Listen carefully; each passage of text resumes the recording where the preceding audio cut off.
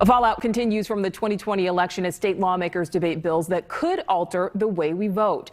Pandemic challenges created the need for changes in voting protocols, and some lawmakers still question the legitimacy of the outcome. NewsNation correspondent Marky Martin is live tonight in Dallas with the latest. Hey, good evening, Nicole. In the wake of a hotly contested 2020 presidential election, voting rights are front and center right now, and there are major legislative clashes over what that should look like, right? Who should vote, when they can vote, and how they can vote. And back in February at the CPAC convention, which is the largest convention for conservatives that there is, Donald Trump took to the lectern and again touted unfounded claims of victory. But we all know, this was an election unlike any other, mainly because we were still in the throes of a global pandemic. Rules were changed, and in some cases, new procedures were even introduced to make the voting process safer in the time of COVID-19. Now, just how the country moves forward with confidence in what is really the bedrock of our democratic system, that's up for debate. And today down in Houston, Texas Governor Greg Abbott addressing a slew of legislative efforts to ensure election integrity here in Texas.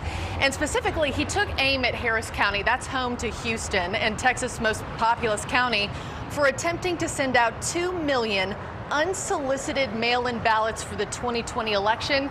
And here's some more sound from today. Also in Harris County, election officials created drive-through voting, which is not authorized by law. Texas law does allow curbside voting as an option only for certain voters.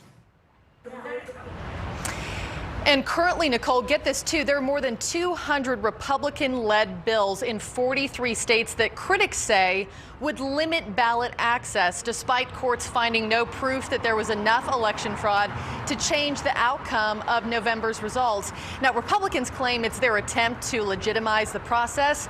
And, just last week, House Democrats passed H.R. 1, which would be the most sweeping overhaul of election law in our generation if passed in the Senate. Here's Speaker Pelosi.